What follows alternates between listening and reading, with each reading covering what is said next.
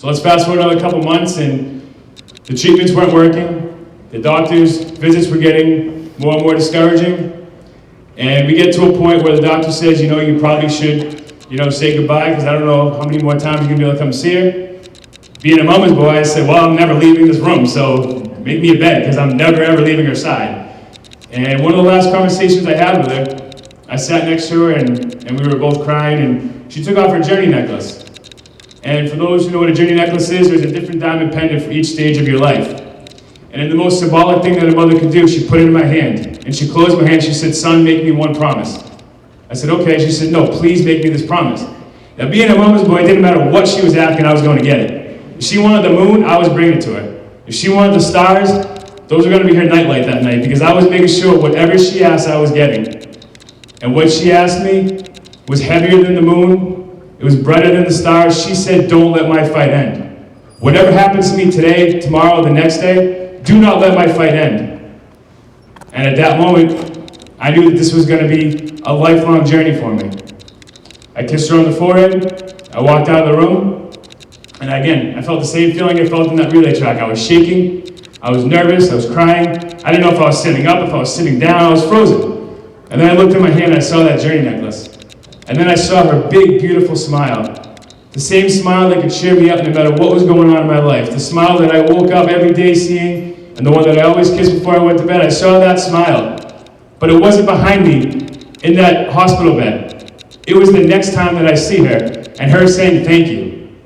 And at that moment, I said to myself, I'm never doing Relay for Life again. Because what I'm going to do is relay for the rest of my life. Relay for the rest of my life. And my finish line doesn't come at 7 o'clock or 8 o'clock in the morning. My finish line comes when I get that thank you. I'm a mama's boy. I aim to please. And I'm not going to stop relaying until I see her smile, until she says thank you one more time. And that has become my life goal, to hear her say thank you one more time. And it's not going to happen until I fulfill my promise of continuing her fight. So as all is happening, I started thinking more and more about this promise. And I realized cancer affected my mother physically. Right? It was in her body. She went through the treatment. She felt the pain. But it affected me every other way possible. It affected me emotionally. She was crying, I was crying. She was laughing, I was laughing with her. It affected me mentally, wondering, is this treatment going to work? Why isn't the doctor calling? Why is the doctor calling? Where is the doctor? Why haven't they given her the medicine yet? And it even affected me spiritually, wondering, my mother's the greatest person in the world. Why is she feeling this pain? Why do bad people live longer than her? She's not going to live to be 60, and there's bad people in the world who live to be 100. Why is this fair? So while it affected her physically, it affected me emotionally, mentally, and spiritually. So at that moment when she gave me her fight, I became her survivor. And I promised her that I would continue her fight. And I will never, ever let her fight end. So at that moment, I became her survivor of her fight.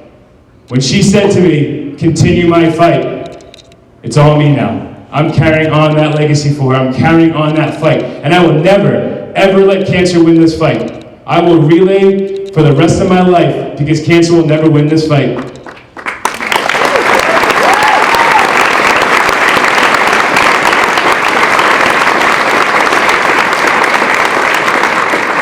So now I go to all these events and meet so many great people, and every time I go to an event, I leave more and more inspired, because I see so many bright faces, so many people who have such passion and such pride in what they do. And it really is, Relay for Life is the greatest thing that I've ever been a part of.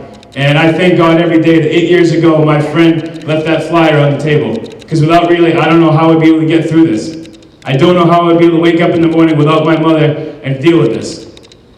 The last thing I want to leave you with is empowering cancer. When we use certain words like cancer took my loved one, I lost a loved one to cancer. When you say things like that, you're letting cancer win the fight. I will never say that about my mother, because as long as I'm living, I'm fighting. And as long as I'm fighting, she's a survivor. So I will never, ever say that I lost her to it or that she lost the battle. Because as long as I'm here, that will never happen. She's going to win this battle, and it's because I'm going to relay for the rest of my life. I hope that everybody out here, thank you. I hope that everybody out here can join me in this Relay for Life. Don't make it a one-day event. You know, I'm not saying go knock on everyone's doors in your neighborhood every day of the year, because then they're going to get pretty annoyed with you. But find other ways to relay. You know, call somebody if you know that they're hurting. Pick up somebody's fight. If you know somebody who's sad or suffering, fight with them. Fight in their honor. If you know somebody who's passed away, fight in their memory. Fight for them. Don't let anybody fight this alone. It's such a powerful thing that Jeff brought up earlier with the caregivers and how important they are to the cancer survivors. And I'm up here today to tell you that I was a caregiver of my mother's when she was sick, all the way from 10 up until 23. When she passed away when she was 23, I became her survivor. And I will never, ever let her fight end. Please join me in this, and don't ever let your loved one's fight end. Carry on their fight, be their survivor. If they're not right here next to you physically, to be that survivor, you be the survivor for them. And I will tell you, I spent 23 years being a mama's boy with the greatest person in the world. The last 7 years I've spent fighting for her as a mama's boy, and I am so proud to tell you that right now, carrying on her fight, this is the closest I've ever been to my mother. God bless everybody. Thank you so much for having me here today. Continue to relay, or please relay for the rest of your life. Thank you.